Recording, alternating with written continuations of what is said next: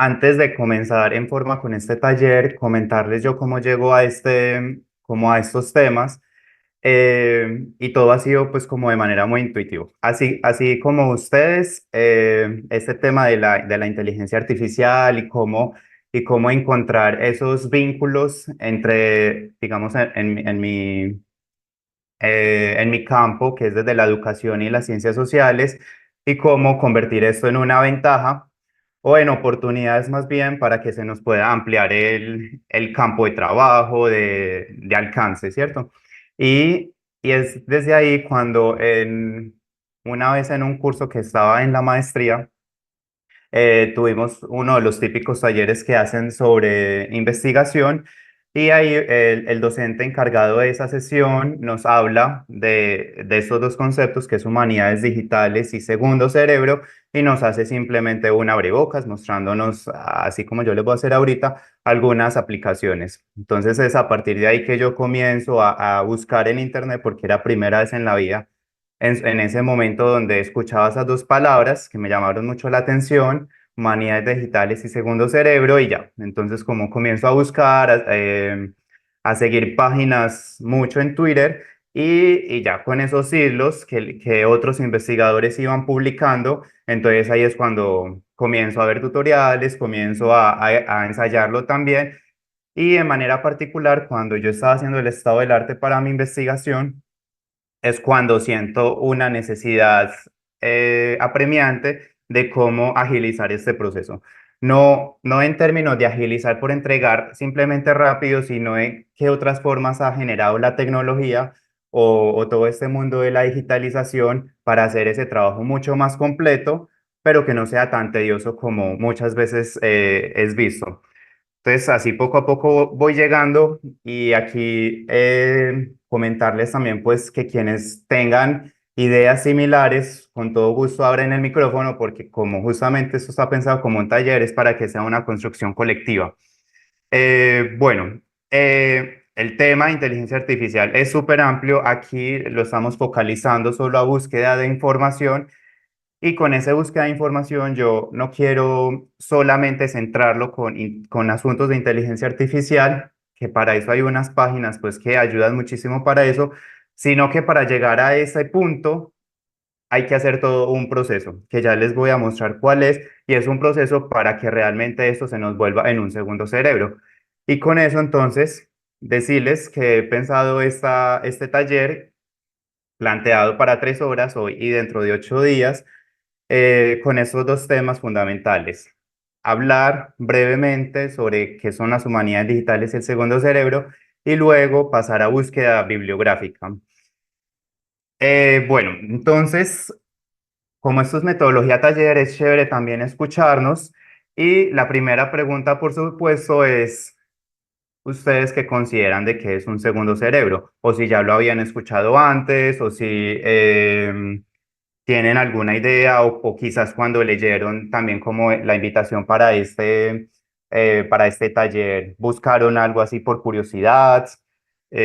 Bueno, para que abramos así rápidamente una ronda, pueden escribir en el chat o abrir el micrófono y dar su comentario. Bueno, y si alguien escribe en el chat, porfa, si alguien quiere leer también, porque aquí que comparto para creo que no me deja, ya sí. Hola, Ah, pues no sé, sí. en mi caso, digamos que eso del segundo cerebro, cuando lo veo, por ejemplo, en el flyer de la invitación a este espacio, lo pensaba como, bueno, está bien, la inteligencia artificial se puede pensar como un segundo cerebro, las ayudas que tenemos, pero también lo pienso como a nivel muy físico, biológico, cuando nos dicen, no, el estómago es tu segundo cerebro, y es como algo más desde lo instintivo, más, entonces como, tengo como esas dos versiones, por decirlo así. Exacto, y que de hecho lo primero que uno encuentra cuando busca en internet sobre segundo cerebro o se va rápidamente a la parte de imágenes, aparece como un cerebro igual a la zona del intestino o a esa zona del estómago e intestinos también. Bueno, Angie nos escribe, yo en realidad no había escuchado estos términos, pero creo que hace referencia precisamente a ese apoyo digital que podemos tener. Yo Yo quisiera apostarle, pues tampoco había escuchado lo de segundo cerebro, pero estaba pensando en que así como uno configura, digamos, su cerebro según ciertos estímulos, digitalmente uno también puede como generar ciertas estructuras para que respondan a los requerimientos que uno dentro del área humana pues requiere. No sé. Bien, Fabián, muchas gracias. Sí, por ahí nos vamos a ir yendo porque efectivamente nuestro cerebro tiene esa capacidad de plasticidad en el que lo vamos a ir adaptando según las experiencias, aprendizajes y lo que va llegando a nuestra vida. Justamente ese segundo cerebro es la extensión de de lo que representa nuestro primer cerebro, el que todos nosotros tenemos. Y aquí hay, dentro de los estudios de ciencia y tecnología, unos aportes que han hecho unas autoras feministas. Una de ellas habla sobre los cyborgs y con esto de los cyborgs es que ella plantea una crítica. Ella habla sobre como naturaleza y sociedad, los cyborgs como es una nueva realidad. Ella lo habla desde los años 90 ya, y es justamente esa dependencia que nosotros estamos teniendo a todo lo de la tecnología, y que no representa solo una dependencia, sino que son todos esos aparatos tecnológicos que se vuelven una extensión necesaria para la vida. Y ahí es cuando habla esta autora, que los cyborgs entonces es esa mezcla entre lo humano y lo no humano, ¿cierto? O lo que se pueda considerar también robótico. Y hay ejemplos muy claros: quienes, por ejemplo, tengan una prótesis, quienes tienen un marcapasos, quienes tienen un audífono. Todo eso lo que nos hace es complementar nuestras funciones. Y ya ha habido pues personas que han implementado en su vida a través de cirugías unos dispositivos que les permite ampliar sus sentidos. Entonces, quienes tienen una mayor capacidad de escucha, del olfato, de la vista. Bueno, creo que por ahí habrán visto como algunos de esos reportajes o imágenes como de personas que quieren ampliar la capacidad o que se instalan unos dispositivos, por ejemplo, en los pies y logran sentir cuando hay temblores de tierra. Bueno, así un montón de cosas. Eso es lo que esta autora eh, habla sobre los cyborgs. Y así poco a poco es que también nos vamos adentrando a esto del el segundo cerebro, y es cómo aumentar esa capacidad que nosotros tenemos e incluso mejorarla. Esto del segundo cerebro hace parte también de lo de humanidades digitales, y es entonces, hemos hablado mucho sobre las humanidades, llega todo el tema de la digitalización, de la tecnología, y es la pregunta de cómo vamos a incorporar lo digital a las humanidades. Y es cómo vamos a pensar en proyectos que generen estas experiencias tipo transmedia, tipo más allá de lo que se llaman las TICs, y que se nos acerca. Las TICs es tecnología de la información y la comunicación. Están otros enfoques que hablan, por ejemplo, de las TAP, las tecnologías de la apropiación y la participación, y entonces es cómo hacer uso de herramientas que faciliten los procesos en humanidades. Unos casos concretos también es cuando se habla, por ejemplo, de plataformas de gobierno abierto, donde hay un montón de datos públicos. Ese puede ser un tema. Otro tema con humanidades digitales es, no sé si vieron que hace poco Apple lanzó unos nuevos lentes, donde eso básicamente reemplaza todo lo que es celular, computador. Entonces es justamente cómo hacer uso de esos dispositivos para facilitar los procesos en humanidades. Y de manera concreta podemos decir ya que el segundo cerebro se puede entender como un sistema personalizado de gestión de información y conocimiento. Es muy cercano a lo que Fabián nos compartía, y es entonces cómo vamos a estructurar esos otros dispositivos, esos otros elementos que hacen parte de la tecnología para que se adapten a las necesidades que nosotros tenemos. Aquí un caso concreto. Todos, cuando hemos estado en cursos de la universidad, por ejemplo, y un trabajo final es, por ejemplo, escriba un ensayo o escriba un texto, y recoja ahí parte de la bibliografía del curso. Entonces uno, lo primero que hace es revisar sus notas, cómo son todos esos textos que uno leyó durante el semestre, y luego algunos quienes tomaron nota del documento y no solo lo subrayaron, entonces pueden que se vean abocados con un documento lleno de citas. Y luego es listo, con este montón de citas y quienes lo hicieron de manera digital, por ejemplo en Word, que es lo más común, entonces yo tengo mi documento de Word con 5, 10, a veces hasta 15 páginas solo de citas de los documentos que leí. Eso luego se vuelve en una inversión de tiempo mayor cuando uno tiene que releer esas citas y luego entonces comenzarlas a organizar. Eso hace parte, por supuesto, del segundo cerebro, pero aquí lo que hablamos de ese sistema personalizado es cómo facilitar, por ejemplo, ese proceso que les acabo de contar y ahorita les voy a contar pues qué diferentes formas puede haber para eso. Que ese, el que les comenté, no está mal, pero es una de tantas posibilidades de hacerlo. Dentro de este segundo cerebro hay quienes hablan de unos componentes que se traducen en estas letras CODE, C-O-D-E. Esto viene del inglés y bueno, con la traducción al español, entonces la C representa capturar. ¿Qué significa esto? Capturar es recolectar información. El ejemplo que les acabo de poner, entonces yo tengo un documento, puede que sea físico, puede que sea un PDF, y ahí comienzo a tener información necesaria, o puede que sea un audio, o puede que sea un video, o puede que sea una fotografía, todo lo que represente información o dato, yo lo comienzo a capturar para el interés que tengo. Luego pasamos a una segunda fase que sería la O, que es organizar, y entonces es clasificar en formato accesible, ¿cierto? Entonces, en las aplicaciones que yo esté trabajando, cómo entonces comenzar a reunir toda esa información y que a veces, por ejemplo, no quede solo en 5, 10, 15 carpetas que yo tengo en mi escritorio o en una carpeta que se llame, por ejemplo, proyecto y yo abro eso y entonces un montón de carpetas hablando de cada uno de esos temas. Eh, Esos son estrategias de organización.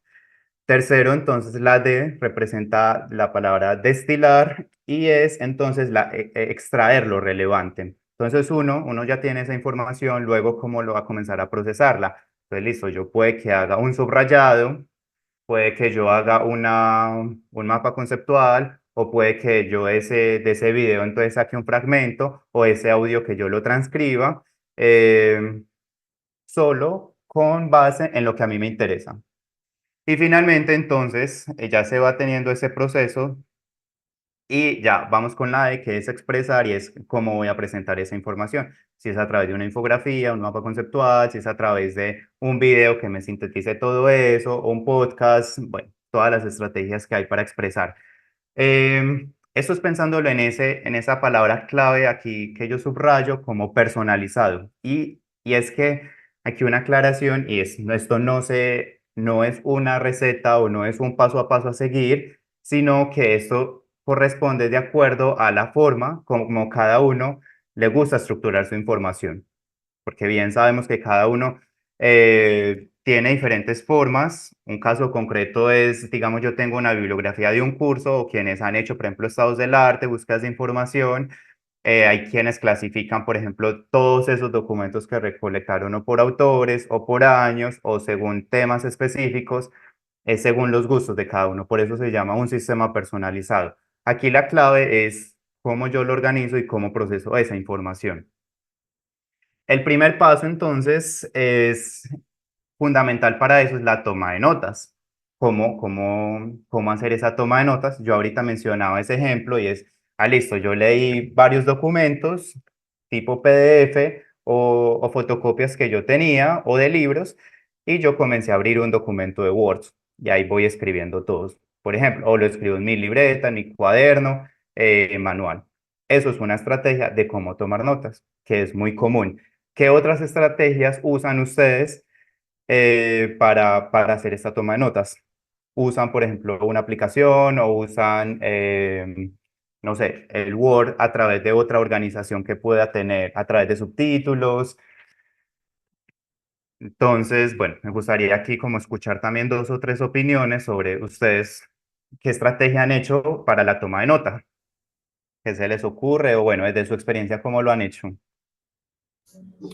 En mi caso, para también la construcción del estado del arte, digamos que hice como un cuadro de autores, lo llamo yo, y es como, tiene ciertas categorías, entonces el autor, el título de la publicación y las ideas principales y el link. Y digamos, pues, de acuerdo a lo que creo yo que necesito para mi estado del arte, pues voy colocando como las citas con de una vez la referencia, como también un poco para facilitarme después el proceso de escritura. Creo que es como lo más, en mi caso, ¿no? Lo más sencillo. Y ahí, Juana, lo haces en un Excel. Abres un Excel y lo haces así con No, las columnas o en Word. en Word, lo hago en Word. De hecho, lo hago en Drive porque ahí con toda el avance de la tecnología me parece que es más Claro. práctico, además lo puedo abrir en cualquier lugar y bueno, tiene múltiple manejo, entonces sí, lo hago en el Docs de Drive.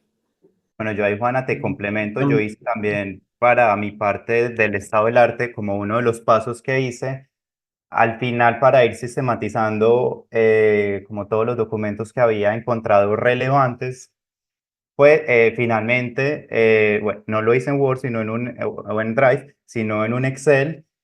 E hice unas categorías similares. Y ese Excel entonces a mí me permitió arriba que uno puede poner la de poner filtros, y a través de esos filtros entonces a mí ya me permitía eso también. Entonces, por ejemplo, filtraba los documentos por fechas y bueno, ahí ya veía, por ejemplo, la repetición o la frecuencia de los años o de los autores o de las palabras claves.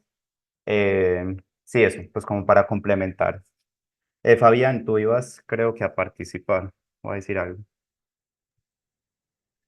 Sí, era muy similar a lo que comentabas respecto a Excel, como me encantaría como saberlo usar más y como sacar gráficas y demás, pero no, aún mi Excel no está allá.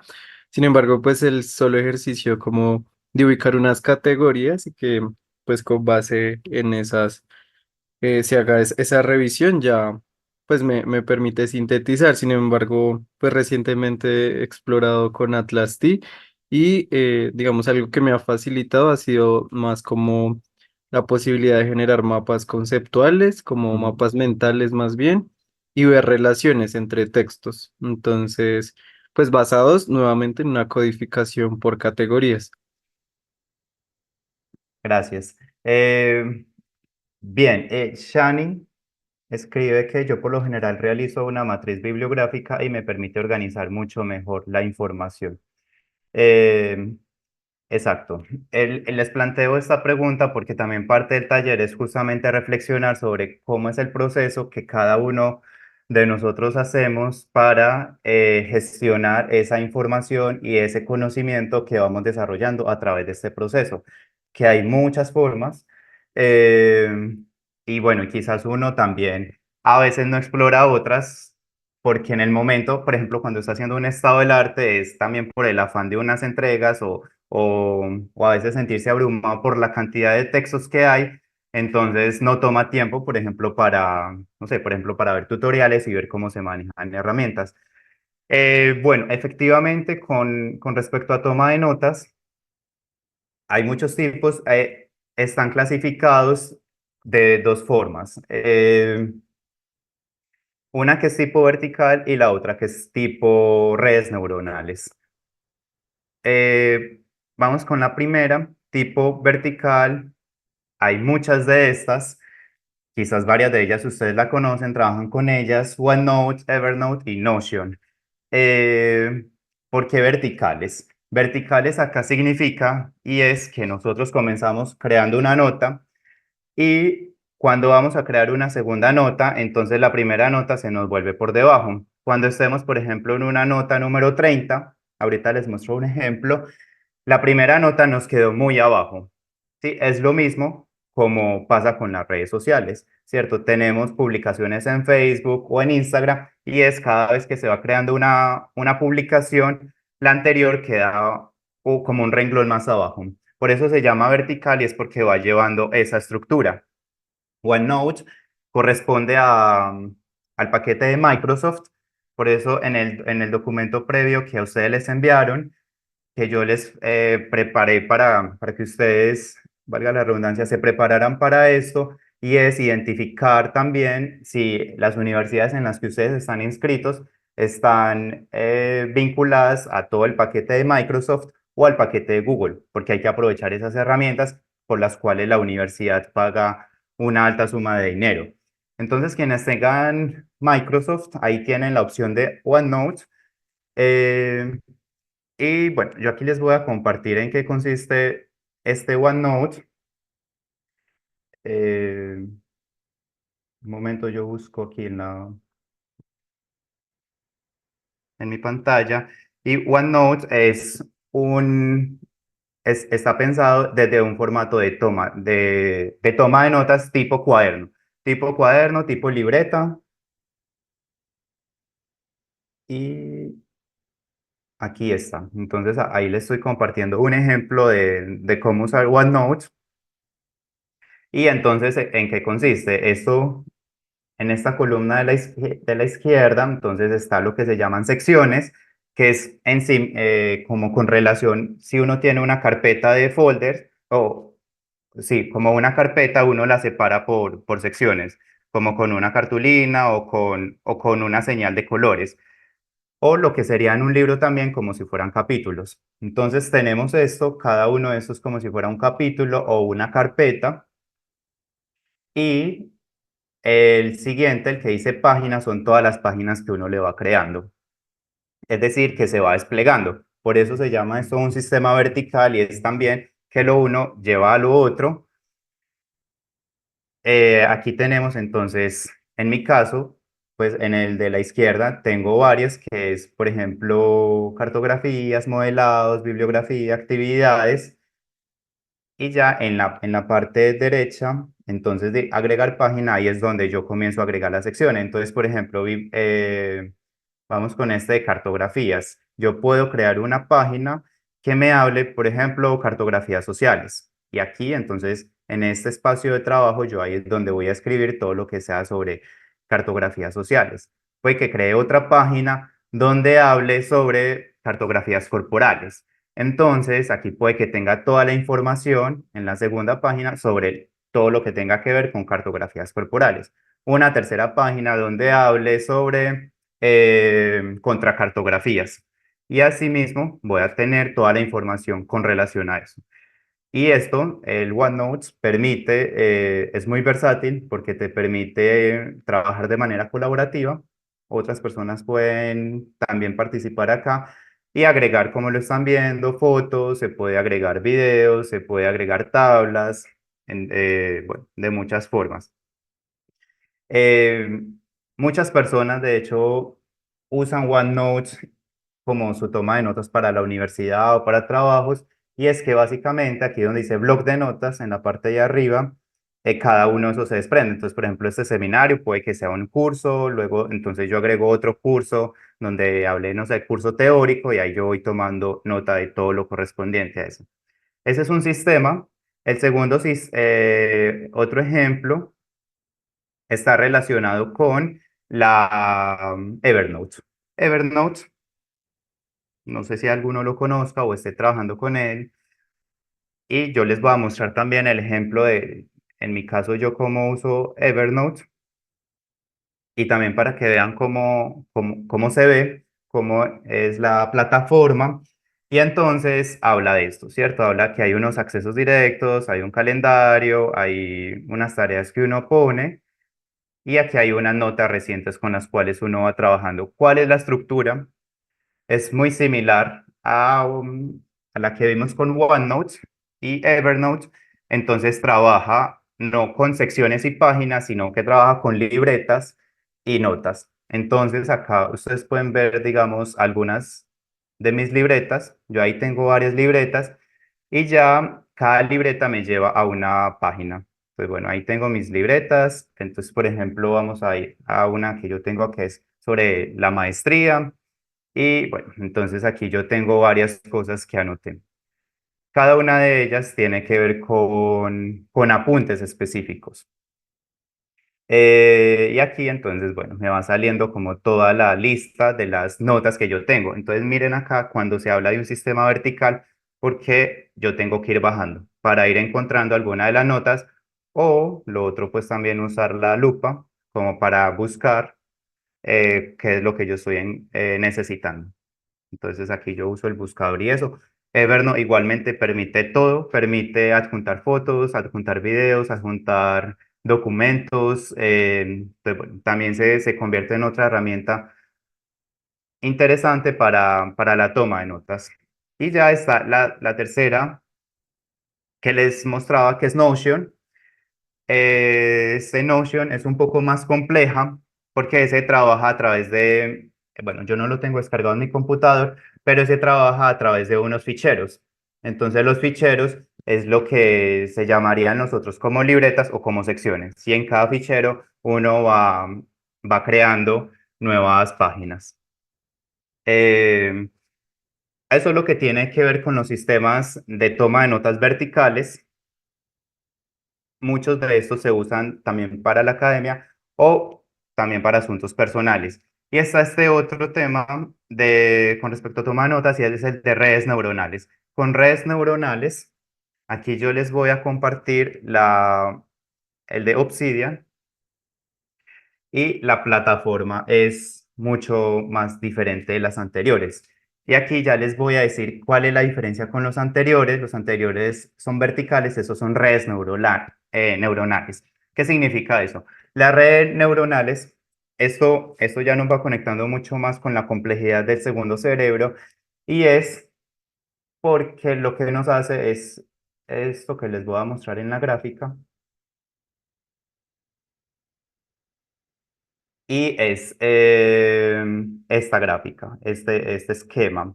Este esquema es lo que se llama también redes neuronales, y es que todas mis notas, si yo lo configuro de esa manera, se me van a generar en red y no de manera vertical. Eso que implica también como en un sistema de esto de gestión del conocimiento y de la información que yo voy adquiriendo. Y es que yo puedo comenzar a identificar las relaciones que hay entre una nota y otra nota. Esa nota, llámese, por ejemplo, concepto, llámese autor, llámese tema, llámese proyecto de investigación, como cada quien lo quiera configurar, porque por eso se llama que es un sistema personalizado. A diferencia de los anteriores, de los que les mostré como OneNote y Evernote, es que los anteriores no genera estas relaciones, sino que es tal cual como un cuaderno o una carpeta donde uno va archivando documentos. Acá, entonces, por ejemplo, esto hace parte de una gráfica de parte de mi estado del arte. Entonces, yo iba leyendo documentos y entonces yo iba generando una categoría que se llame hallazgos. Entonces, este hallazgo, si yo lo voy acercando, me va a mostrar este esquema. Yo aquí tengo hallazgos y me está conectando, y solo con ver esta gráfica también el proceso de escritura se puede agilizar, porque entonces aquí uno dice, listo, en mis hallazgos yo veo que mi tema habla algo que tiene que ver con escuelas, que habla con estudiantes, con contextos, con tensiones, con élite, con educación global, con currículo, con profesores, con competencias, con espacio. Y aquí son otras subcategorías que uno dice, listo, con base en eso yo ya podría escribir un montón, porque ya tengo, por ejemplo, una subcategoría que me asocia, por ejemplo, todo lo que sea con personal. Personal, llámese estudiantes, docentes, profesores, directivos, y ahí yo podría generar, por ejemplo, un subcapítulo. Otro, que me hable, por ejemplo, como con asuntos administrativos o asuntos de proyecto educativo. Entonces, bueno, ahí yo puedo que tenga unas prácticas, un currículo, unos contenidos, porque aquí yo lo identifiqué en esta red que creé.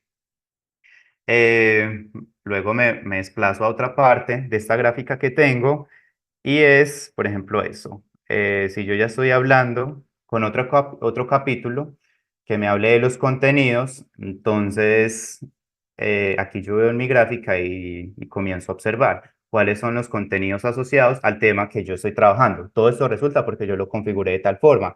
Entonces, de contenidos yo veo que hay algo que se llama agendas, que hay algo que se llama ética, hay algo que se llama escala, educación cívica, confianza, servicio, reflexividad, teorías críticas, voluntariado, diálogo. Entonces aquí yo veo, listo, los contenidos que hacen parte de ese tema central que yo estoy trabajando son estos.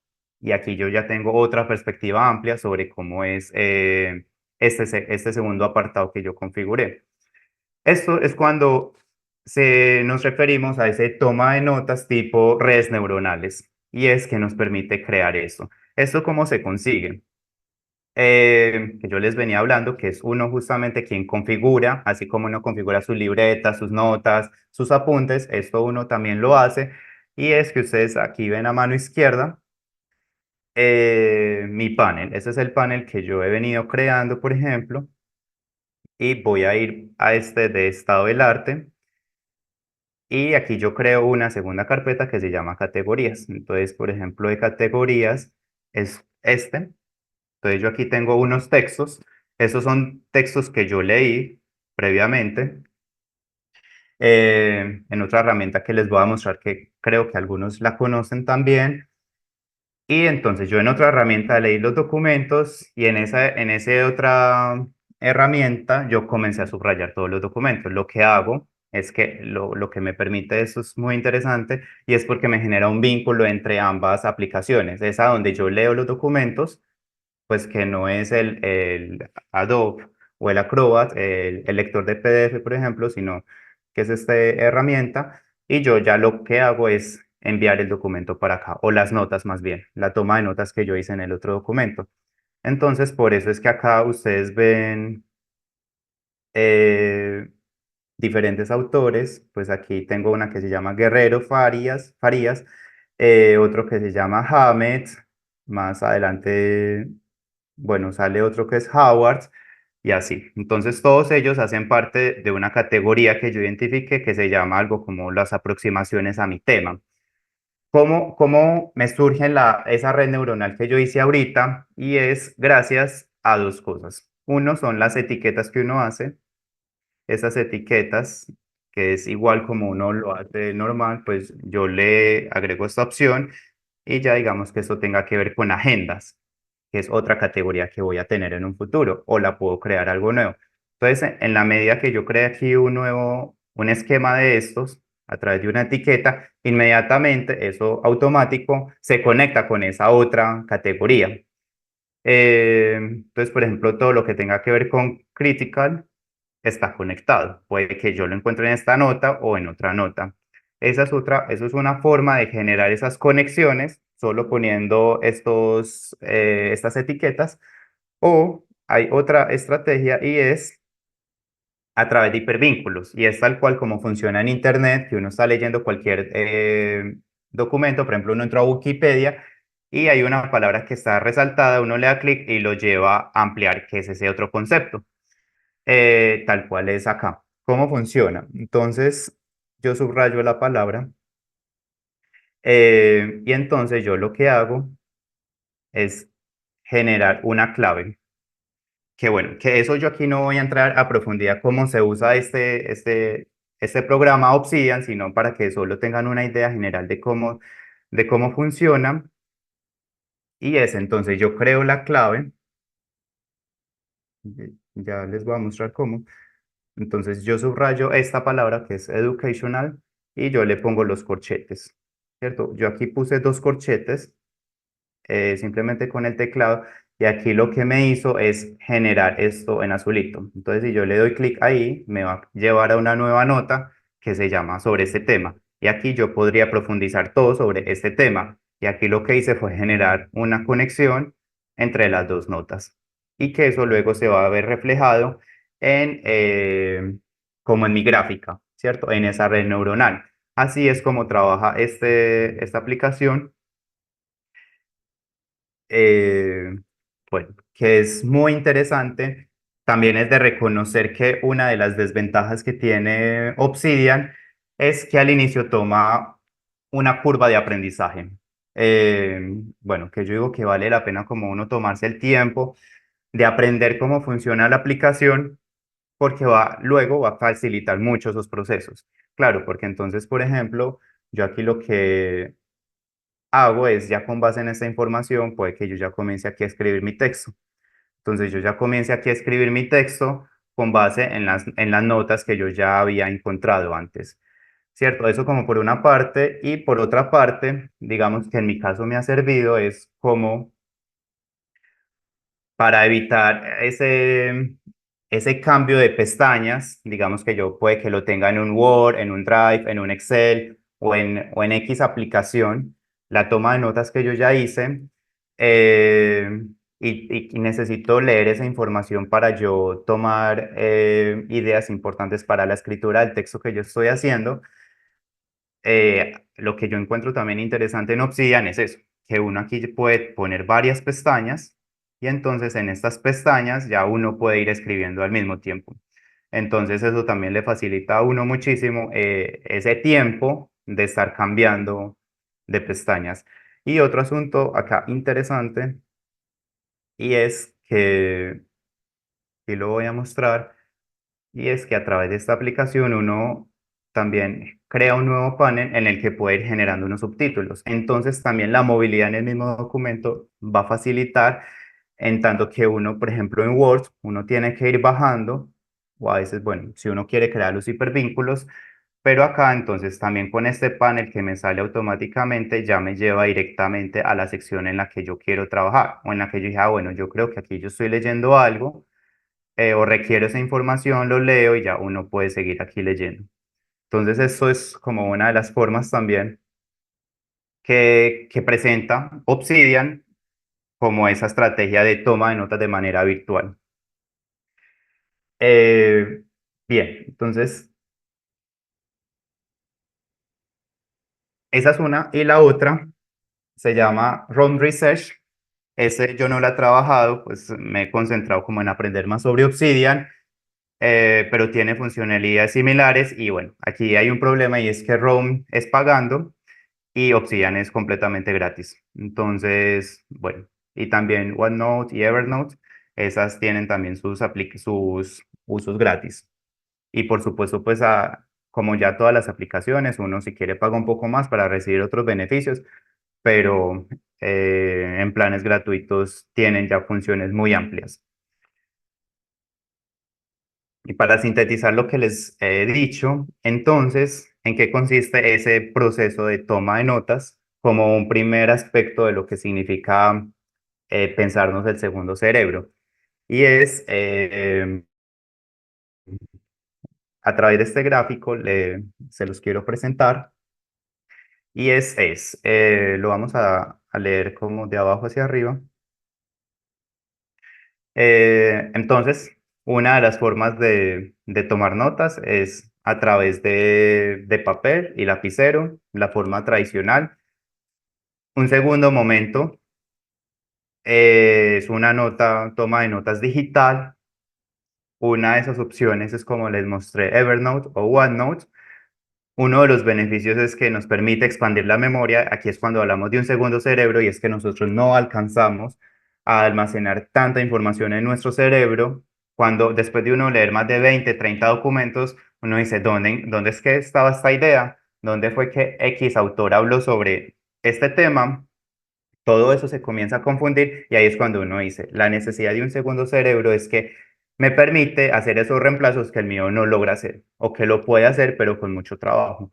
Eh, entonces, bueno, Evernote es una de esas estrategias, expande la memoria, pero hay una dificultad para tener una visión general sobre lo que se tiene, porque como vieron, son un montón de documentos o de notas y libretas que están apiladas. Tenemos otro que es la gestión de conocimiento personal a través de Notion, el que les dije que funciona a través de unos ficheros. Es otro que pueden explorar también.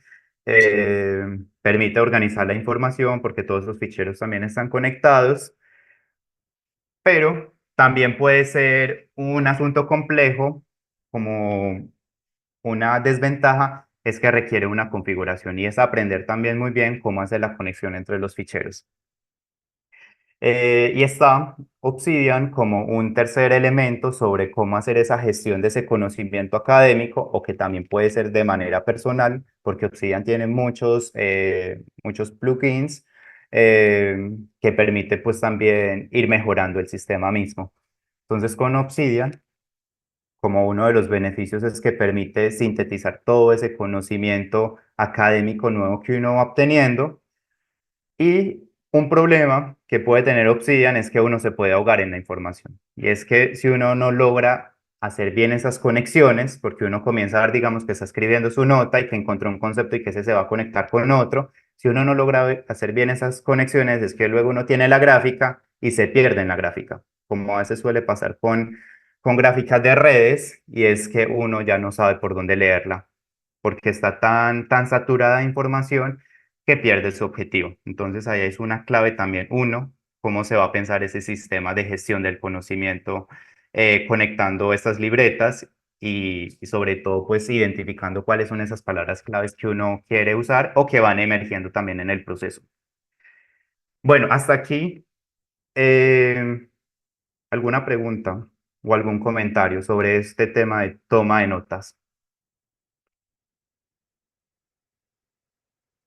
Que bueno, lo otro es que, como les decía ahorita, no profundizo en Obsidian porque es súper compleja. Compleja es que tiene muchas funciones la aplicación misma. Entonces, bueno, ahí se puede ir mucho tiempo y el objetivo es llegar a cómo hacer esa búsqueda de información también con inteligencia artificial. Y que, como antes le dije, es para eso, es bueno hacer un camino. Aquí estamos viendo el primer camino o como el primer paso, y es cómo hacer ese registro de notas, ¿cierto? Cómo ir generando la gestión de todo el conocimiento que se va adquiriendo a medida que la información va creciendo. Bueno, ¿alguna pregunta, algún comentario? Quizá ya usan alguna de esas herramientas, ¿cómo les ha ido? ¿Qué ventajas o qué desventajas le ven a esas herramientas? Pues a mí me parece súper interesante, digamos que como desde mi área, desde el audiovisual y la fotografía, digamos que uno no hace este tipo de procesos, pero digamos ahorita que yo estoy como en la academia y que uno tiene que comenzar a entender como estas dinámicas académicas y cómo también las comienzo a vincular, no es como, porque digamos ese, por ejemplo, lo que nos estaba diciendo de Obsidian, yo lo hacía, pero lo hago es como en las paredes, con papelitos y con hilos, literal, conectando como palabras y generando esas conexiones y uno es como, oh, chévere, chévere. Digamos que yo me siento más como más mejor trabajando como de esta forma como lo estaba explicando de Obsidian, pero me parece Mm, también como súper complicado, pero chévere como experimentarlo. Sobre todo para los proyectos y las ideas, que uno dice mm. cómo logro conectar estas historias, no sé, para hacer un documental, cómo las comienzo a conectar, porque no sé, me pierdo. Y como también se puede utilizar también desde, para el montaje audiovisual. Como que lo veo como desde esa forma. Sí, con eso, Camilo, lo que dice, de hecho, Obsidian está inspirado como en ese sistema, que antes era manual, se conectaban un montón de cosas sobre la mesa o en una pared o en el suelo, y es listo, ¿cómo vamos a volver esto de manera digital, que sea mucho más ágil y que el mismo programa haga su tarea, que sea algo, un asunto automático, solo uno dándole unos comandos que sean sencillos? Ahí está inspirado Obsidian. Lo que dices es que la curva de aprendizaje al inicio cuesta un poco.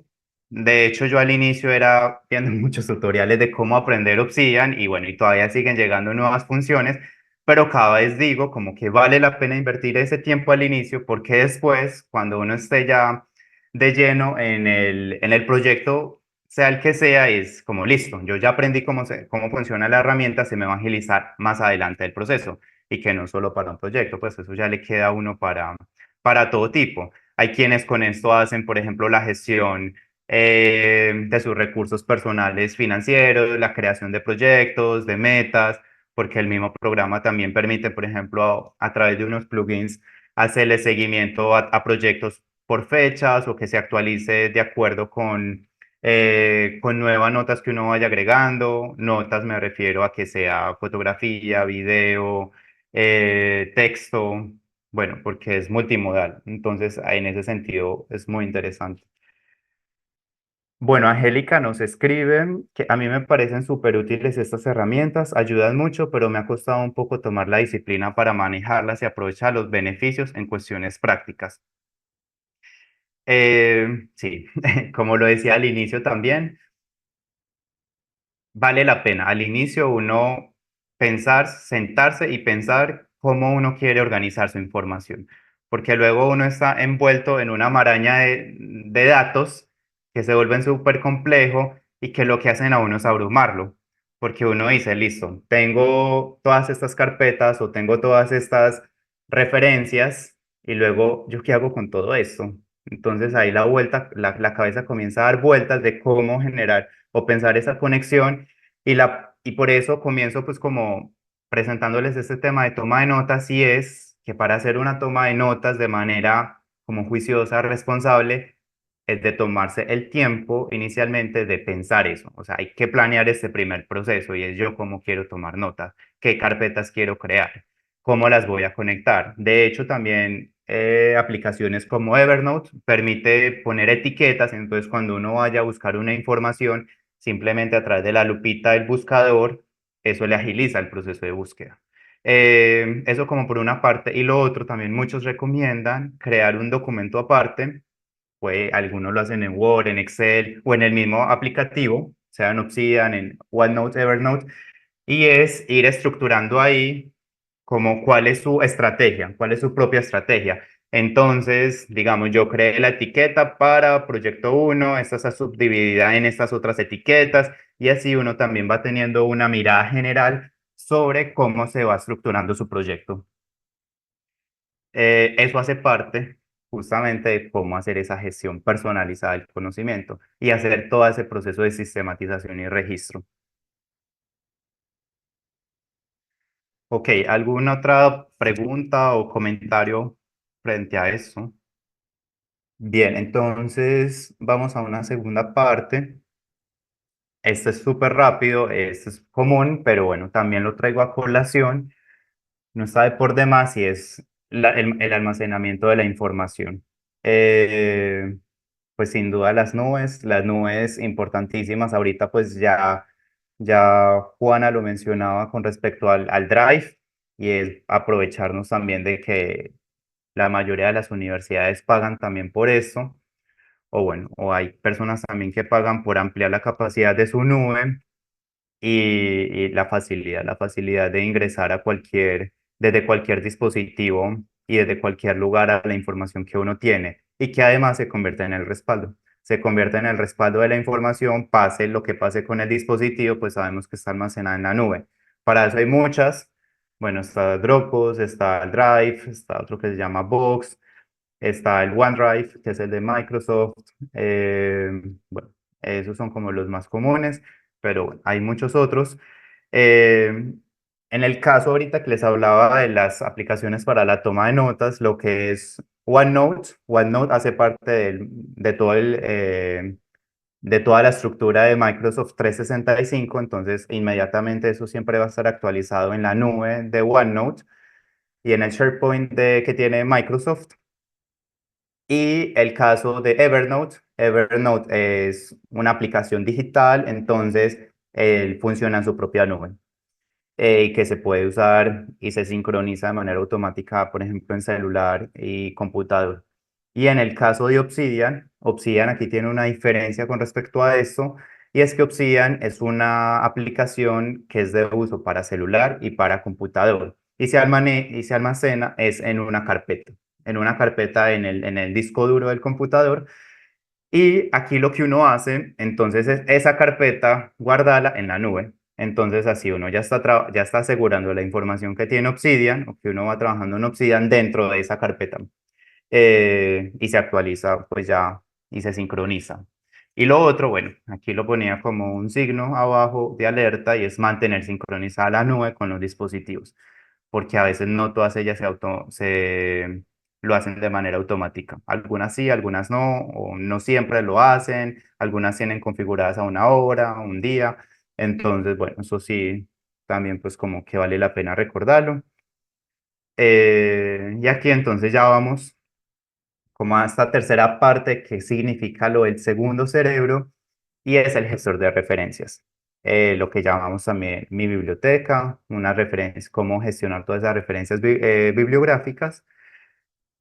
Y nuevamente abro la ronda como de participación y es que nos cuenten también esa experiencia si usan alguno de estos que identifican en la pantalla. Si se les hace conocido, lo usan, cómo les ha ido usando alguna de estas o quizás otro gestor de referencias que ustedes implementen.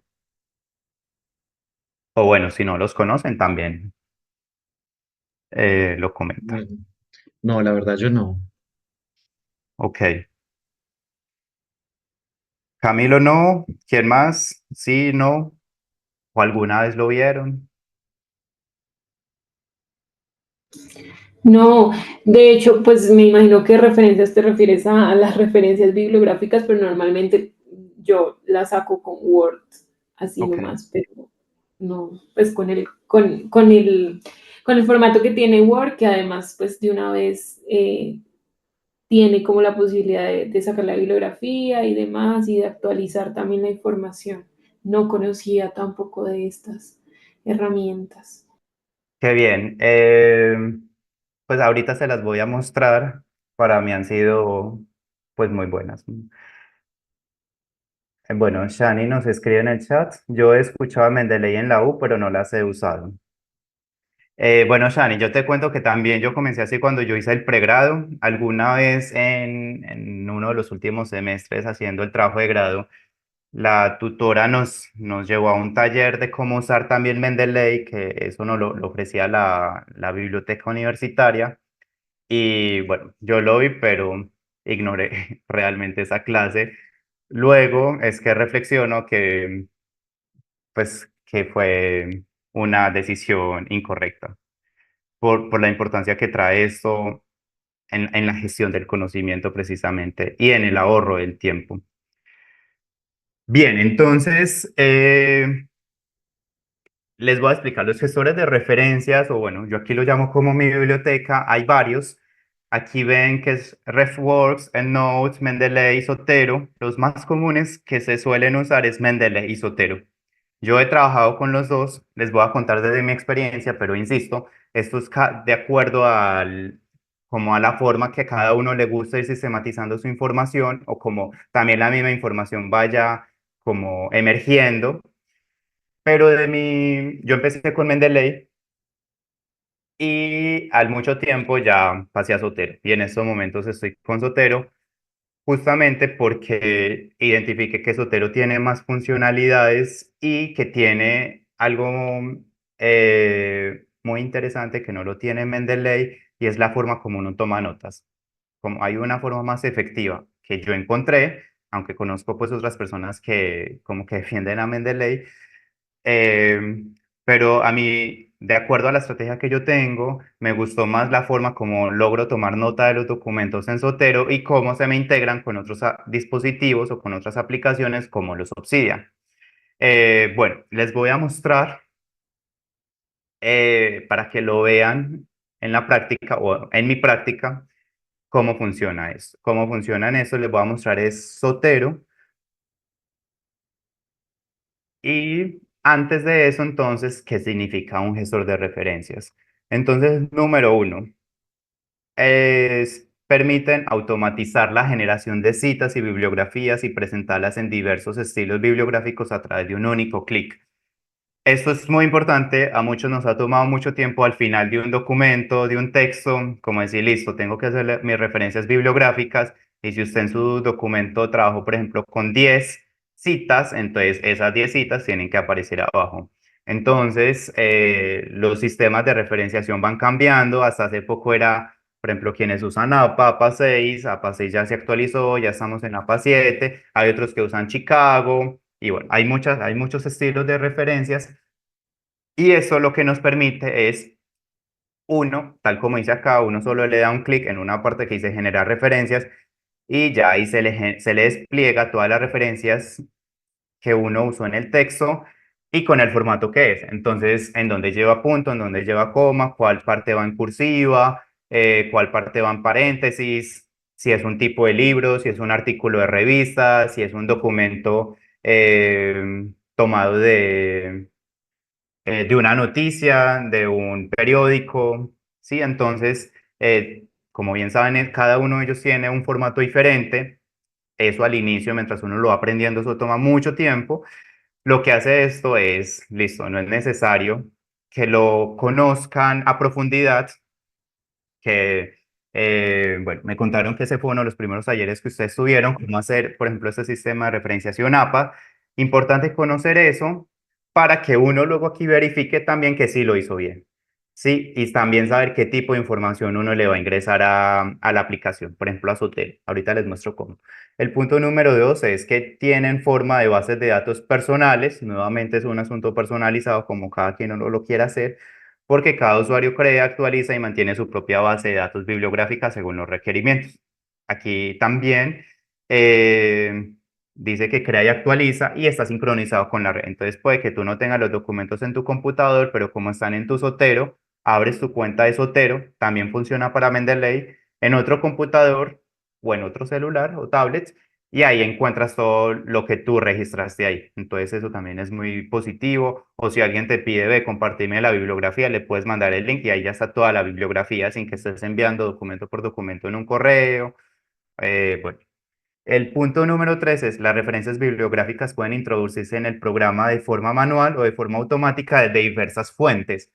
Aquí esto es importante también saberlo porque uno lo puede hacer, ingresar dato por dato, título, autor, fecha, nombre de revista, el DOI o el link. Y hay otras veces, de acuerdo al tipo de documento, que es automático. A través de, como de un plugin que uno le instala, uno le da clic ahí y automáticamente capta toda esa información y uno ya se evita ese registro. Que digamos acá que Word tiene esa función también de generar citas bibliográficas, pero también uno debe ir creando todo esto de manera manual. Entonces, bueno, aquí es eso, como que uno sabe que a veces no lo va a hacer de manera automática porque no logra captar toda esa información, que eso es lo que se llama los metadatos, pero otras veces uno lo va a hacer manual. Y no es que siempre lo tengo que hacer manual. Y el punto número cuatro es la mayor parte de los gestores actuales permiten trabajar con procesadores de texto, Word, OpenOffice, Drive, el, e insertar en los documentos citas y listas de referencia de manera automatizada. Listo, eso es como en qué consisten los gestores de referencia y nuevamente entonces pues les quiero mostrar el ejemplo con base en cómo yo lo he construido. eh, y aquí les comparto mi Zotero. Entonces, como pueden ver, Zotero pues literal se llama mi biblioteca, ahí lo ven a mano izquierda y estos son digamos todas las carpetas que yo tengo. Eh, se llama pues también personalizadas, uno puede crear dentro de ellas otras subcarpetas. Entonces, bueno, por ejemplo, aquí les muestro esto que tiene que ver con maestría. Entonces, en maestría, digamos, hasta ahora yo tengo estas carpetas. Entonces, por ejemplo, una, todo el estado del arte, digamos, aquí yo lo recopilé, lo que tiene que ver, no sé, con la metodología. Entonces, yo aquí registré todos los documentos que usé para la metodología. Eh, Eso como en primer lugar es muy fácil para uno cuando lo está identificando, porque cuando ya está escribiendo, porque uno a veces entra en fase en la que dice voy a solo buscar. Entonces, listo, ¿dónde lo almaceno? Pero que luego tenga un acceso fácil, como lo que les decía al inicio, esas cuatro siglas de CODE. Entonces, listo, recopilo la información, luego cómo la voy a procesar en formatos accesibles y qué voy a hacer con esa información. Entonces, bueno, aquí uno va guardando. Eh, la mayoría de estos fueron de manera automática. De manera automática significa que yo iba a una página, ahorita les voy a mostrar eso, y ya, entonces en esa página se me guardaba esa información. ¿En qué consiste esto? Y es, les voy a mostrar aquí un ejemplo, y es, digamos, esos son documentos que yo trabajé en mi estado del arte. Eh, entonces, no sé, vamos con este cualquiera. Y aquí a mano derecha, ustedes ven que hay como un panel, ¿cierto? Este panel, entonces, es donde yo ingreso los metadatos. ¿Qué son los metadatos?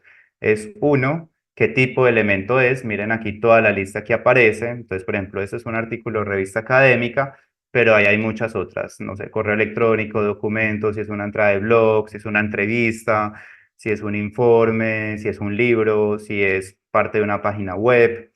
Si es un podcast, una película, una tesis de maestría, de doctorado, de pregrado, si es una propuesta de ley. Bueno, entonces aquí uno hace eso. Les digo pues que esto fue automático porque me captó todos los metadatos, pero también uno tiene que revisar que quede bien, porque no siempre queda bien. El título, estos son los autores, ¿sí? Que aquí uno también lo puede configurar si es un autor, un editor, un traductor. El resumen, este resumen no siempre aparece, pues si uno quiere lo pone según qué tipo de publicación es, esta es la revista, el volumen, el número, la página, la fecha, ¿cierto? El DOI y bueno, cuándo accedí a ese documento y de dónde viene. Este es el link de donde yo tomé este artículo de investigación. Esto en primer lugar, entonces eso es muy importante con base en lo que ustedes aprendieron en la primera capacitación y es identificar justamente, entonces uno aquí ya sabe, después de que uno dice, por ejemplo, cómo hacer la citación en APA, aunque esto lo hace de manera automática, pero uno sabe que, bueno, yo tengo que ingresar el volumen y el número, porque el número entonces es el que me va a aparecer es en paréntesis y que me va a aparecer de manera cursiva y que adicional me va a aparecer las páginas. Entonces, este artículo está en este rango de páginas y que yo tengo que ingresar la fecha. ¿Cierto? Hay datos que no es necesario ponerlos. En una referencia de APA, por ejemplo, no sale el idioma, no sale, por ejemplo, cuál es, no sé, el título de la serie. Nada de esas cosas sale, entonces no es necesario incluirlo. Esto en primer lugar en este panel. En segundo lugar es notas. Aquí voy a ir a las notas y es estas. Entonces, esas son las notas que yo tomé de ese documento, por ejemplo, y aquí yo lo iba clasificando. Eso hacía parte de mi estado del arte, entonces, bueno, este texto, este parrafito me hablaba del propósito, como el lugares a los que hacía referencia, qué metodología trabajó esa investigación, qué hallazgos o resultados encontró, cuál es la propuesta para futuras investigaciones. Aquí eso que yo tengo en negrilla, eso fue por las categorías que yo hice para hacer el estado del arte, o bueno, las que me facilitaron luego escribir el estado del arte, que esto luego yo es lo que sistematicé en el Excel, lo que les decía ahorita que yo lo ponía con filtros, entonces era filtro, por ejemplo, de futuras investigaciones y ya sabía todas las que habían allí, de todos los documentos que leí. Entonces esto es lo que hace parte como de las anotaciones y esto que me parece muy interesante y es los colores. Y esta la estrategia que yo diseñé con el estado del arte y es voy a poner color por cada categoría. Entonces, por ejemplo, el amarillo es todo lo que tiene que ver con el propósito. Este rojito es lo que tiene que ver con los lugares. Todo lo que tenga que ver con verde es la metodología. Bueno, en ese tiempo Sotero tenía menos colores, entonces por eso me tocó repetir el verde, ya amplió su paleta de colores. Entonces, bueno, aquí otro hallazgos y así. Entonces aquí es muy interesante porque yo todos mis documentos de estado del arte los tengo con estos colores y esto es lo que me permite también como tener esa síntesis. Pero bueno, vuelvo a esto. Aquí estos son etiquetas, digamos, hace parte de esas palabras claves que uno llama y esas palabras claves, luego fíjense acá en la parte inferior izquierda y aquí tengo un pequeño panel de todas las etiquetas. O digamos, lo que en Obsidian uno vería como etiquetas también, o esos hashtags, son estos mismos, ¿cierto? Entonces es muy interesante, pues, porque como todo se va conectando y me facilita como pensar en eso de manera neuronal. Y esos son documentos relacionados. En este documento yo no puse ninguno, pero si yo le voy a añadir, digamos, este documento, ¿con qué otro se me puede relacionar? Sea porque sea muy similar el tema o los autores, entonces, bueno, me los conecta. Y entonces, ¿cómo lo leo? Yo tengo mi documento acá y ese es mi lector de documentos. Aquí es donde yo les decía que, pues, es mi lector de PDF y no, digamos, el Adobe, que pues también lo tengo instalado y eso, pero para este tipo de documentos me facilitas por esto que les muestro acá, porque me permite esto a través de colores. eh, y acá, miren acá en la parte derecha, que tengo estas dos opciones, en la parte derecha superior. Tengo esta opción que es donde tengo los metadatos y tengo esta opción que son todas las libretas o notas, ¿cierto? Entonces, esa nota que les mostré ahorita es esta misma, es esta que salió de este documento. Y aquí lo interesante o lo bacano es que eso se hizo automáticamente, porque yo le di aquí en el más y aquí dice añadir nota a partir de, añadir nota de elemento a partir de anotaciones. Entonces, si yo le doy clic ahí, se me genera esto. Entonces, ¿qué fue lo que hizo Sotero en este caso? Y digamos, esto es como uno de los motivos por los cuales dejé de trabajar en Mendeley y me incliné solo por Sotero, y es porque me permite esto, porque yo tuve mi PDF, este documento, lo leí, lo subrayé y ya luego aquí leí esa opción. Y entonces ya en una sola nota tengo recopiladas todas las anotaciones que yo hice acá. Entonces, digamos, si uno está haciendo, no sé, una reseña de un documento, esto puede facilitar ese trabajo. O pues uno también las puede poner de manera manual. Pues yo tengo este texto, miren aquí el otro panel que está al lado izquierdo y aquí va apareciendo cada vez que yo subrayo algo.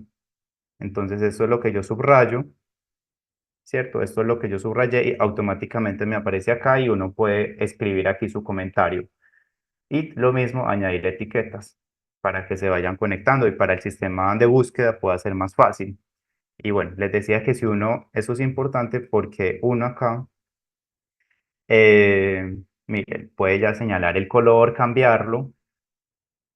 Y lo mismo aquí dice añadir a nota. Este añadir a nota es lo que les decía que uno puede hacer el proceso manual. Y es si yo le doy aquí añadir a nota, miren que se me puso aquí al final de esta nota automáticamente. Porque digamos que no quiera hacerlo de esta forma, que es una anotación, una nota por todo lo que yo subrayé, sino crear diferentes libretas, que yo también lo he hecho así. Entonces, digamos, una libreta que hable solo de hallazgos. Entonces, aquí miren, eso es una libreta en blanco. Yo voy a poner hallazgos. Y acá, entonces, yo de todos los documentos que lea, voy a poner solo los hallazgos, por ejemplo. Bueno, y entonces al final de digamos, de los 10 documentos que yo leí, voy a tener, por ejemplo, 4 notas, una de hallazgo, otra que me hable de preguntas problematizadoras, otra que me hable de conclusiones y otra que me hable de autores principales. Entonces, bueno, ahí uno también ya es otra forma, como uno al final ya no tiene que volver a esos 10 PDFs, sino que vuelve a sus propias notas. Y lo que les decía que lo interesante con Obsidian es que cada una de estas notas yo las puedo pasar a Obsidian. Y cuando yo las paso a Obsidian,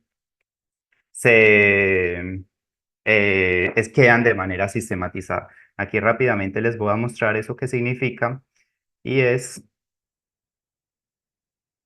este, yo ya se los había mostrado, el que les presenté ahorita. Y esto es lo que yo hice, que ahorita se los había dicho, que yo las importé estas notas eh, para esta de Obsidian. Miren que aquí al final esto está subrayado y aquí me apareció un PDF. Todo eso fue automático porque Sotero con Obsidian se conecta. Entonces, si yo le doy clic acá, él me va a llevar directamente. eh, Miren, él aquí me llevó directo a esta pantalla, que este es el documento del cual salió ese comentario o esa anotación. Porque esto facilita, digamos, ese trabajo en este sentido, porque a mí lo que me está haciendo es que no es necesario yo ir a mi carpeta, buscar cuál fue ese documento, buscar qué página era y releer, digamos, si necesito releer esa parte para entender, por ejemplo, el contexto, sino que esto me lo hizo de manera automática. Entonces, digamos, en términos de tiempo y de agilidad del trabajo, a uno le permite eso. Entonces, bueno, este es Otero. Y con Sotero entonces está la creación de carpetas. Las carpetas se pueden subdividir en otras subcarpetas y cada carpeta contiene cada uno de referencias. Por eso se llama gestor de referencias o mi biblioteca, porque aquí uno las va poniendo una por una. Y ya en la parte de encima se me van abriendo todas las pestañas y lo bueno también es, digamos, yo apagué el computador, cuando vuelva a abrir Sotero o lo voy a encontrar así igual. No es que tenga que volver a buscar esos documentos que me quedaron pendientes de leer. Entonces ahí yo los tengo pendientes y bueno, y los puedo abrir. Aquí son otras opciones. Este más es si yo lo quiero hacer una entrada manual. Esto yo lo hago de esta forma. para añadir notas, para adjuntar documentos. Bueno, es muy interesante. Y otro tema es, si yo quiero generar la referencia de este artículo, yo le doy clic derecho y aquí me sale esta opción que dice crear una bibliografía a partir del elemento. Si yo le doy ahí, crear una bibliografía a partir del elemento, miren que se me abre una nueva ventana con todas las opciones de estilo de cita. Por ejemplo, aquí pues yo manejo APA 7, hay algunos que manejan Chicago o Vancouver, bueno, hay muchos tipos. Entonces, bueno, yo manejo este APA 7, ya le doy copiar en el portapapeles, esa opción pues aparece predeterminada casi siempre, le doy OK y entonces, ¿qué pasó? Toda la referencia de esa nota me va a salir. Entonces, se las muestro, no sé, por acá.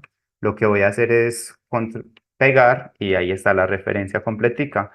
Entonces están los autores, el año, está el título del documento, está la revista, y miren que la revista debe salir en cursiva, junto con el volumen y el número de páginas. Y finalmente el DOI, con el cual uno puede acceder nuevamente al documento.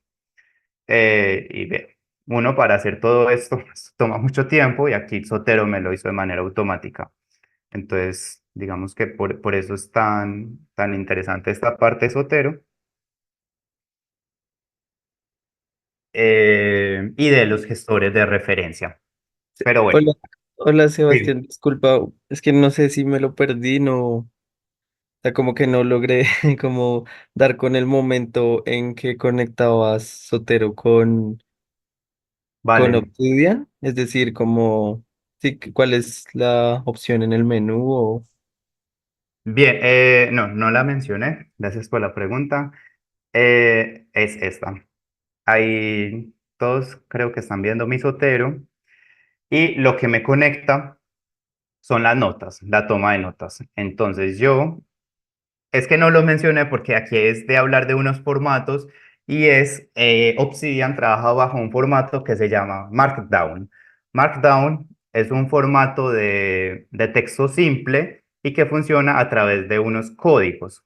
Códigos muy sencillos, como les mostré ahorita. Si yo pongo una etiqueta, entonces eso significa que se etiqueta todo el documento, ¿cierto? O que eso es una palabra clave. Si yo pongo el doble corchete, significa que yo conecto esa palabra o esa expresión o lo que está dentro de los dos corchetes con otro corchete, con otra nota. Si yo pongo un guión bajo al principio y al final de la palabra, eso va a hacer que la palabra se me convierta en cursiva. Entonces, esos son unos pequeños códigos que uno va aprendiendo, pero es muy bueno porque Obsidian hace muy poco, a inicios de este año, actualizó la versión y ya uno le da clic derecho y ya le sale todas esas opciones, tal cual como en Word. Entonces, bueno, uno no se tiene que aprender esos pequeños comandos, pero bueno, en Internet uno también encuentra como comandos de Obsidian y ahí ya sale eso fácil de aprender. Entonces, ¿por qué les menciono esto de los comandos también? Porque ese es el modelo de Obsidian, que es muy sencillo y es a través de Markdown. Y resulta que Zotero funciona con Markdown y se los voy a mostrar acá. Entonces, yo aquí tengo esta anotación, sigo trabajando con el mismo de ahorita, le doy clic derecho y aquí hay algo que se llama exportar nota. Este exportar nota, miren que inmediatamente me sale el formato Markdown. ¿Cierto? Entonces, bueno, esto es otra cosa que no tiene Mendeley, que no lo genera en formato Markdown. HTML, el HTML es pues como para páginas de internet, entonces si eso siempre sale Markdown, yo le mantengo activada esta opción que dice incluye Zotero enlaces. ¿Por qué? Porque ese Zotero enlace es lo que le mostré ahorita, que yo en Zotero puedo ir y venir hacia Zotero mucho más rápido y le doy OK. ¿Cierto? Entonces, aquí se me abre la ventana de dónde voy a guardar esa nota. Entonces, ¿yo dónde la voy a guardar? Entonces, yo escojo una carpeta, sea en mi escritorio o en carpetas de descargas. Bueno, yo todo esto, lo que estoy haciendo, digamos, con mi tesis, yo creé una nueva carpeta, no, creé una nueva carpeta que se llama Obsidian. Les digo, pues como Obsidian no está en la nube, yo lo que hice pues fue ponerla en mi nube de OneNote de Microsoft y aquí entonces, bueno, tengo una que se llama Obsidian, investigación maestría, todas esas son las carpetas que yo en estos momentos tengo en Obsidian y lo voy a poner en, bueno, pongámoslo acá en ideas para el análisis, ¿está? Entonces yo puse ahí la anotación. Ya lo que hice es que en estos momentos yo voy a ir a ideas para el análisis. Miren en esta cara, espere, yo cierro todo esto para que no se vean como tantas carpetas abiertas. Yo en estos momentos, esta ideas para el análisis es la carpeta donde yo la guardé, una carpeta normal. Mirarán acá, anotaciones. Entonces aquí me sale lo que yo traje de Sotero. Cada una de esas anotaciones que yo exporté de Sotero, yo las guardé en una carpeta normal y de esa carpeta normal lo que hice fue traerlas para Obsidian. Entonces miren acá, eso es lo que está todo relacionado con esa nota que yo leí previamente. Y hagamos otra vez el ejercicio. Si yo quiero ampliar la información de esta nota Una o de esta, disculpa, dime, o sea, lo que hiciste fue luego importar el documento de Markdown a Sotero, ¿sí? a Obsidian. Perdón, a Obsidian. Exacto, Y cogí eso, el documento de Sotero, le di la opción importar, bueno, exportar, lo guardé en una carpeta. Yo creé solo una carpeta en mi computador, una que se llama Obsidian, para ahí guardar todo lo que me quede de Obsidian. Y ya entonces aquí es donde me sale esto. Entonces, se los voy a mostrar desde la otra parte y es, bueno, esas son muchas carpetas que yo tengo del trabajo de grado y la número 6 es la de Obsidian. Esta carpeta, ¿por qué es importante? Porque cuando uno crea un proyecto en Obsidian, la primera pregunta que le hace Obsidian es ¿dónde vas a guardar la información? Así como pasa cuando uno crea un documento de Word, PowerPoint, Excel, lo que sea. Entonces, yo cuando abrí este proyecto de Obsidian, que Obsidian no lo llama proyecto, sino que lo llama bóveda, como cuando yo creé esta nueva bóveda o proyecto de Obsidian, yo le di guardar carpeta en algo que se llame trabajo de grado. Tengo trabajo de grado, lo creé en una carpeta que se llama Obsidian y aquí es donde todo lo que pasa en Obsidian se va guardando en mi computador de manera interna, en mi disco duro. Entonces, bueno, yo tengo estas carpetas y ya, entonces una de las carpetas es esta que se llama ideas para el análisis.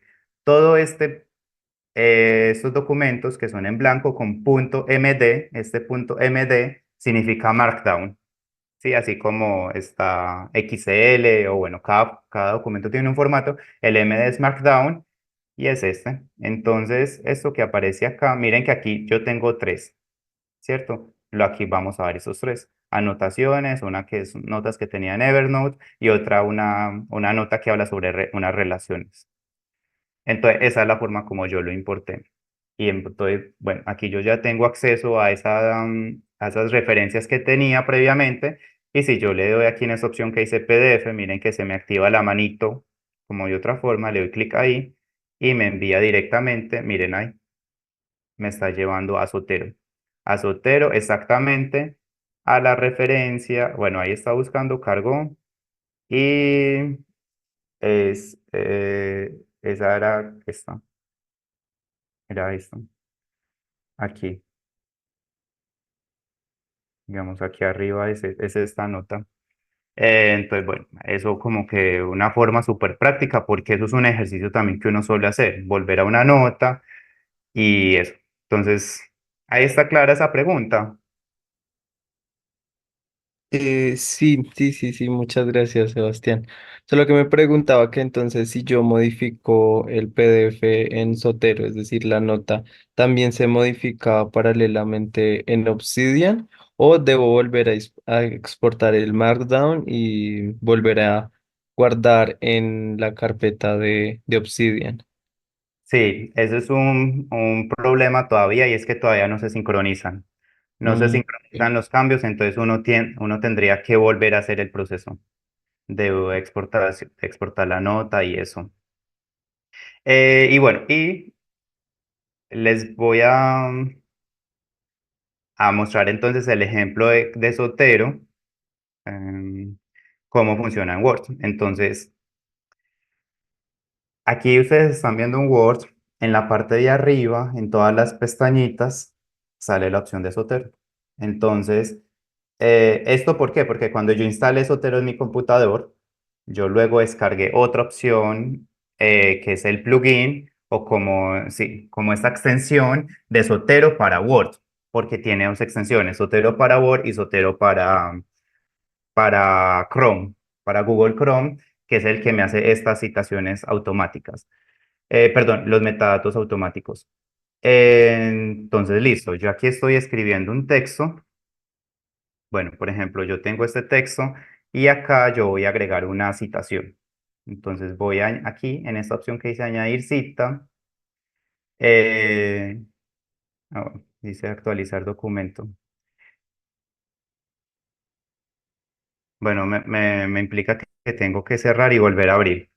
Bueno, pero por el tiempo entonces no lo voy a hacer, lo podemos hacer dentro de 8 días o ustedes lo experimentan y si yo le doy aquí añadir citación, me va a salir una pestañita, una ventana, como tipo una ventana blanca, eso es todo. Entonces uno ahí escribe el nombre. ¿El nombre de qué? El nombre del documento o el nombre del autor, cualquiera de esos. Entonces si yo en esa pestañita blanca escribo esto, por ejemplo, Faces o este Global Citizenship, aquí en Google, perdón, en esta parte de Words me va a salir esa referencia. Entonces me va a aparecer como Three Phases of Global Citizenship. Y ya, entonces yo lo que le doy ahí es clic y ya, aquí se me aparece automáticamente. Y luego si uno le da aquí en añadir bibliografía, ya sale automáticamente la bibliografía sin tener yo que hacerla. Simplemente le doy clic ahí y ya se actualiza todas las bibliografías que yo cité, todas las referencias bibliográficas que yo cité en mi documento. Y cómo las referencié a través de esto, por añadir cita y buscaba cuál era el autor. Esa es la forma como trabaja Zotero. Pero bueno, nuevamente, Zotero tiene muchas funcionalidades muy interesantes, que ese es también todo un taller para que sea de manera práctica, ¿cierto? Pero bueno, voy a avanzar, que ya en esta última parte, eso es todo lo que corresponde a segundo cerebro, pues como que yo quise presentarles acá, más como un abrebocas, porque como les decía, esto es un camino, entonces yo hice 3 pasos, mi primer paso fue la toma de notas, eso es muy importante, como para ir sintetizando, es yo cómo tomo nota. ¿Cuál es para mí una forma más práctica? Hay dos formas, vertical o redes neuronales. No es que una sea mejor que la otra, sino ustedes cómo se sienten más cómodos según el estilo de cada quien. Y lo otro es también, en algún momento de sus vidas, tomarse el tiempo de explorar otras eh, que pueda facilitar esos procesos. Dos, es, bueno, el almacenamiento de la información, la nube es súper importante.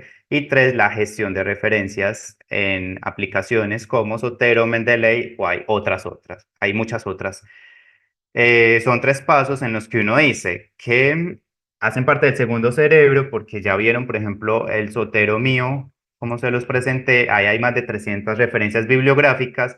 Digamos que, no sé, 100 de ellas haya leído, pero en estos momentos yo no soy capaz de decir qué documento habla de qué cosa. Hay documentos que leí hace más de un año que no recuerdo, pero si yo entro a ellos, ya a través del sistema que yo creé, ya es mucho más rápido recuperar esa información que leí antes. Y ya vamos a una que ya estamos terminando, eso lo continuamos dentro de 8 días, y es búsqueda bibliográfica, que es como la segunda parte de la agenda. Y esta sí es la que vamos a hacer más práctica y es más, yo creo que es más sencilla. La búsqueda bibliográfica está dividida, bueno, como según algunos autores en este tema, habla que está dividida en 3 partes, o en 3 formas más bien, en 3 formas de hacer la búsqueda bibliográfica. Uno, lo que tiene que ver con palabras claves en bases de datos. Esa es la más común y que quizás muchos de ustedes ya lo conozcan y lo trabajan, y es bases de datos en las que uno busca por título, por el resumen o el abstract, el autor o unas palabras claves asociadas a ese tema. Esa es la forma más común como se hace. La segunda forma es a través de citación y documentos de referencia, y es que hay unas aplicaciones, o bueno, páginas de internet más bien, que lo que hace es, uno le da un documento de referencia, ellos lo llaman un documento semilla, y a través de ese documento semilla, la página de internet hace un escaneo rápido, identifica quiénes son los autores de ese artículo y esos autores y ese artículo cuántas veces ha sido citado. Entonces trabaja también bajo ese modelo de cantidad de citaciones. Y lo que permite eso es que te va a arrojar la página muchas otras referencias con relación a ese. ¿Y cómo las va a encontrar? Justamente va a buscar documentos en los que también estén citados esos mismos autores o, o que tengan relación con las palabras que aparecen ahí. Esa es la segunda forma de hacer búsquedas bibliográficas, que hay unas páginas para eso.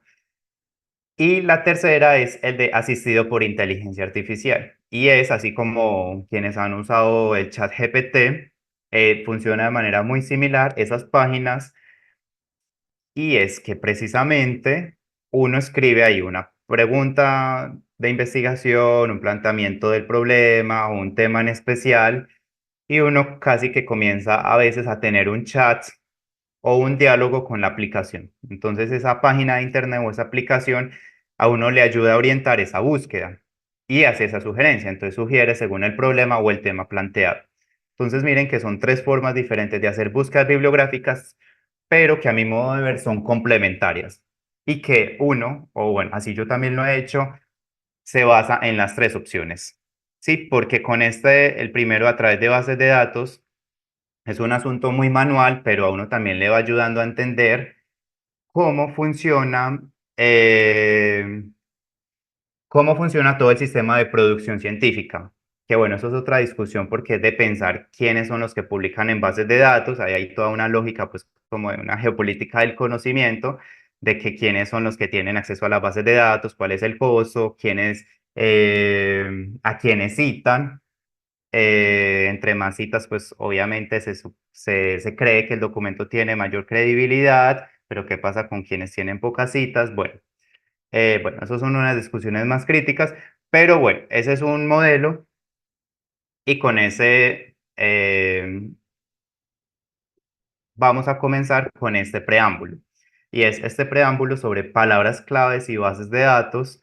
Es lo primero que a mi modo de ver uno debería hacer también en esa búsqueda bibliográfica es un tesauro. No sé si antes hayan escuchado esta palabra o ustedes pues ya lo trabajen y el más común es el que se llama tesauro de la UNESCO.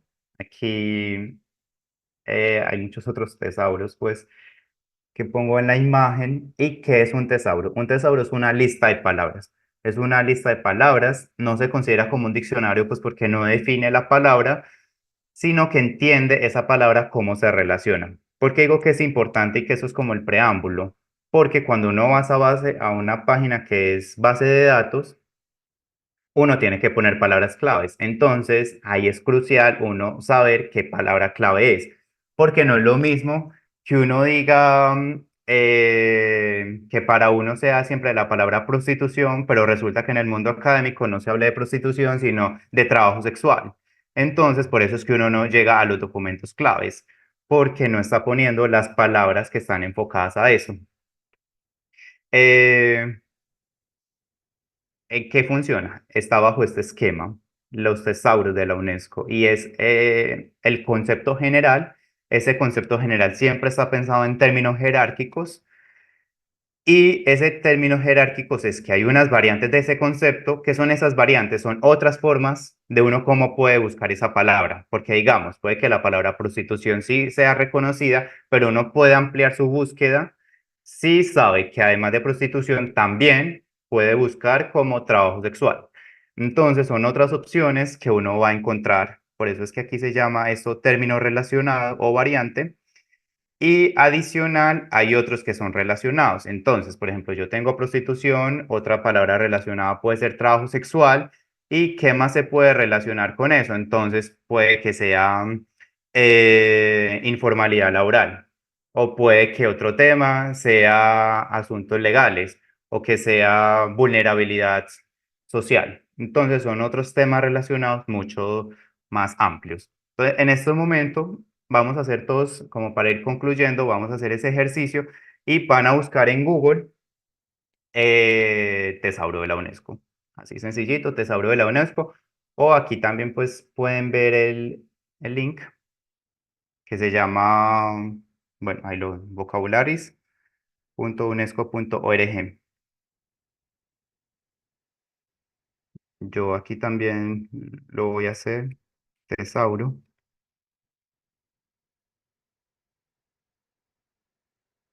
UNESCO, también para irselos mostrando, es la primera opción, Tesauro, y así es como es la interfase. Esa es la interfase de esa página. Voy a poner, por ejemplo, la palabra migración, le doy buscar y así es como sale. Entonces, está la palabra migración, que me va a salir como los conceptos específicos. Entonces, migración, miren todo este campo semántico que rodea la palabra migración, migración, inmigración, migración de retorno, migración interna, migración laboral, y hay otras 7 sugerencias más. Esto porque es bueno saberlo también para uno comenzar una búsqueda de datos, una búsqueda bibliográfica, y es cuántas palabras están asociadas a ellas. ¿A qué campo pertenecen estos? Los conceptos relacionados con este concepto: la aculturación, demografía, investigación demográfica, libre circulación, migrante, nacionalidad. ¿A qué grupo pertenece? Al grupo de ciencias sociales y humanas. Y ahí hay un subcampo que es población. ¿Por qué es importante saber este campo? Porque en las bases de datos, cuando uno comienza a hacer unas búsquedas mucho más personalizadas para ir más a profundidad a lo que uno está buscando, hay uno de los filtros que se dice como grupo. Entonces, si hace parte de ciencias sociales y humanas, si hace parte de salud, ciencias de la salud, si hace parte de ciencias exactas, de ingenierías, bueno, hay diferentes grupos. Entonces, esto a uno le ayuda también a situar, porque hay temas, pues bien saben que se pueden relacionar con diferentes campos. Entonces, a uno en qué campo le gustaría situarlo. Y ya está esta otra, que son los términos para el concepto en otras lenguas. Eso es súper importante, pues a mi modo de ver, y es no siempre centrar la búsqueda en un solo idioma, pues lengua castellana, a menos de que la investigación de uno esté orientada en entenderlo solo en ese campo, hispanohablante o el que sea. Pero bueno, también buscar en otros idiomas cómo se entiende ese concepto. Y bueno, entonces esto es lo que es el tesauro.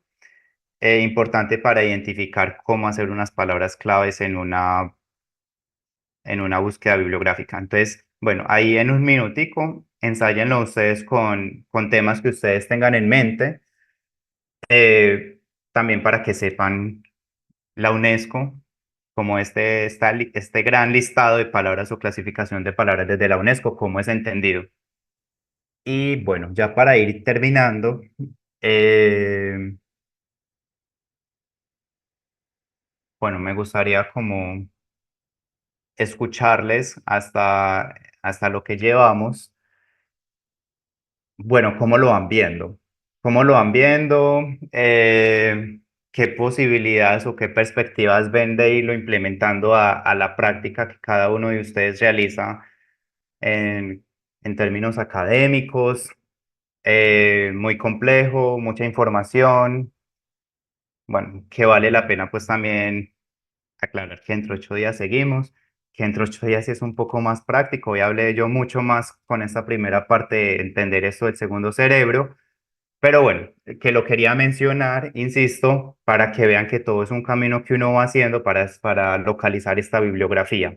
Porque claro, entonces, ¿dónde vamos a guardar todos estos documentos que encontramos? En gestores bibliográficos de una vez, en un Zotero, en un Mendeley. Estamos leyendo esos documentos. ¿Cómo lo vamos a trabajar con esa información? Tengo que tomar nota. ¿Cómo puedo tomar nota? ¿Cierto? Luego, entonces, tengo toda esa información. Yo tengo que asegurarla de alguna forma, un respaldo, pongamos todo eso en la nube.